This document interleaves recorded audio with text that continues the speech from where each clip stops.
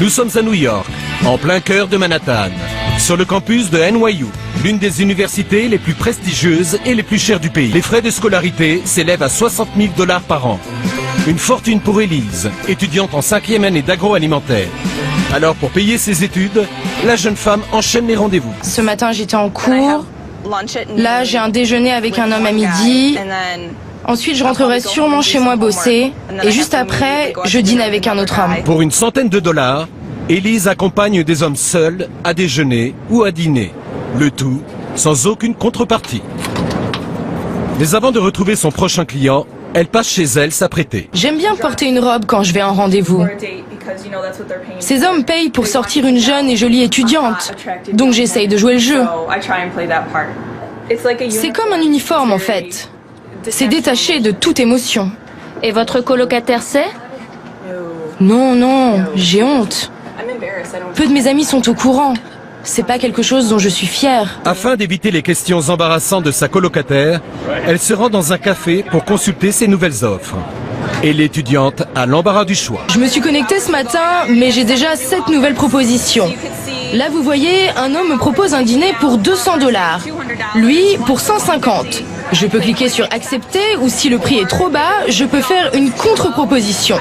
Et j'essaie généralement d'obtenir plus d'argent. En une semaine, Elise peut gagner jusqu'à 1500 $.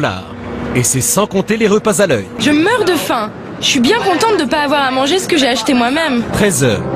L'étudiante se rend dans un hôtel-restaurant branché de la 7e avenue. À l'intérieur, un homme d'une quarantaine d'années l'attend.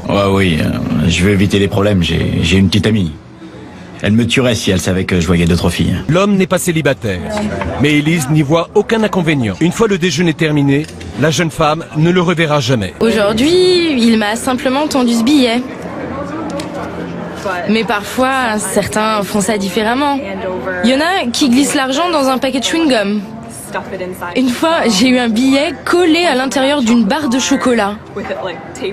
Ils sont parano à l'idée que ça puisse ressembler à une transaction. Mais pour arrondir ses fins de mois, Elise ne s'est pas toujours contentée de déjeuner avec des hommes seuls. Il y a encore quelques semaines, elle était inscrite sur un site de rencontre qui propose d'aller bien plus loin. Le concept est simple. Mettre en relation des hommes riches avec de jolies femmes qui ont besoin d'argent. Certains bienfaiteurs vont jusqu'à leur payer intégralement leurs études. Aujourd'hui, plus d'1 million d'étudiantes y seraient même inscrites. C'est le cas d'Alès, 23 ans. Anthony a rendez-vous avec l'étudiant. L'homme est célibataire. Et il n'a aucun scrupule à utiliser ce site pour faire des rencontres. À 48 ans, Anthony est un businessman accompli. Il gagne 600 000 $ par an, soit près de 40 000 € par mois. Ses rencontres tarifées, il en a fait un mode de vie. Ça fait plus de 3 ans que je suis inscrit sur ce site et j'adore. Pourquoi? Parce que je sors avec des filles et que je rencontre de jolies femmes. Là, on va apprendre à se connaître, ce qu'elle recherche, ce que je recherche, ce qu'elle attend, ce que j'attends. Ce qu'Alès recherche, c'est un nouveau bienfaiteur. La jeune femme vient de commencer une formation en esthétique. Ses 4 premières années d'études ont été intégralement payées par des hommes comme Anthony, qu'on appelle ici des papas gâteaux. L'argent, c'est souvent un problème dans la vie. Mais devoir en emprunter pour aller à l'école, pour apprendre, c'est pas sain. J'étais à la fac, moi aussi. C'est important, l'éducation. Donc, ça ne me poserait aucun problème d'aider une jeune femme à payer ses études. Au contraire. Ni l'un ni l'autre n'ont le sentiment qu'il s'agit là de prostitution, même déguisée. Tout le monde pense que tu es payé pour coucher. Mais en réalité, c'est pas tout noir ou tout blanc. Mais c'est vrai que c'est une double vie. Le sexe fait bel et bien partie du contrat.